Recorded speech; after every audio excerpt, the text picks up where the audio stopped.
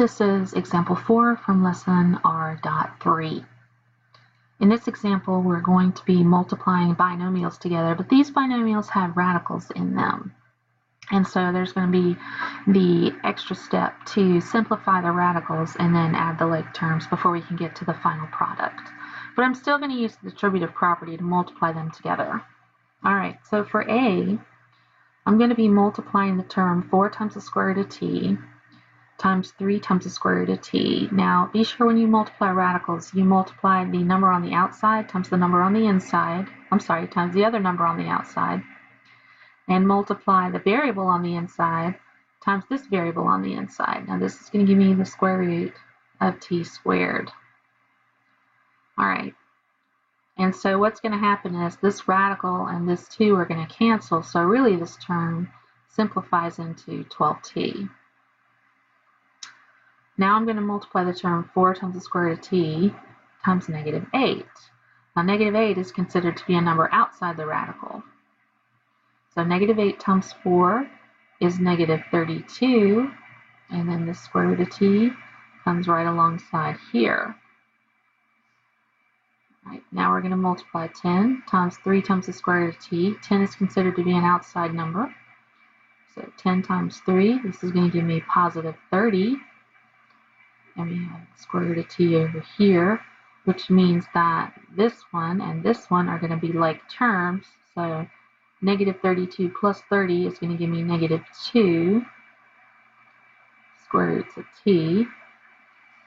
And finally, I'm going to multiply 10 times -8. That's going to give me -80. And it doesn't have any like terms, so it's going to come down in here and be part of my final answer like so.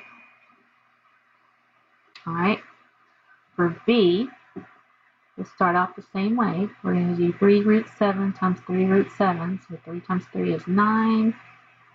Square root of 7 times the square root of 7 is the square root of 49.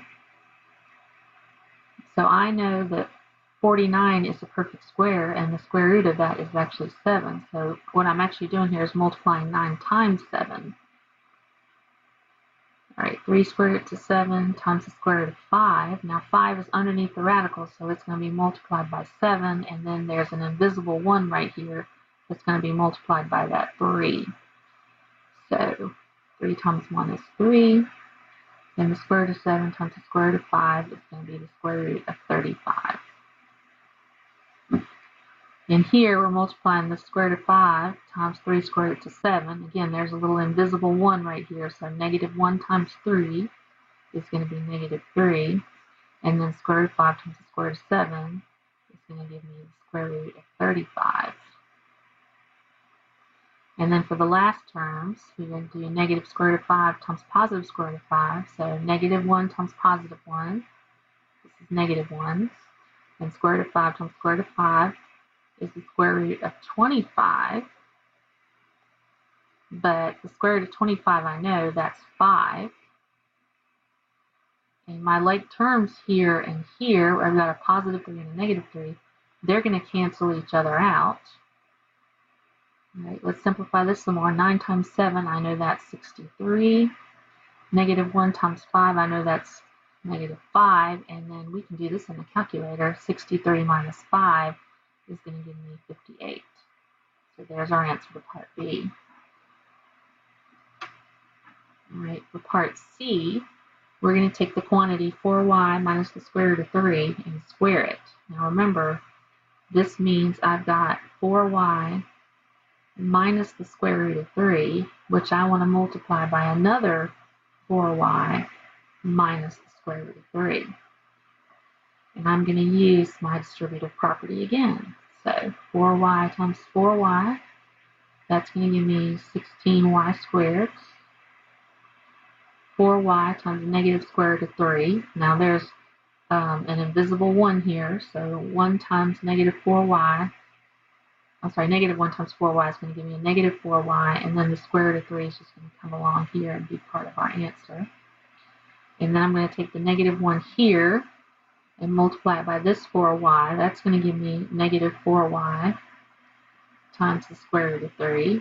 And then for my last terms, negative square root of 3 times negative square root of 3, well, -1 times -1 is +1, and square root of 3 times the square root of 3 is the square root of 9, but I know the square root of 9 is actually 3.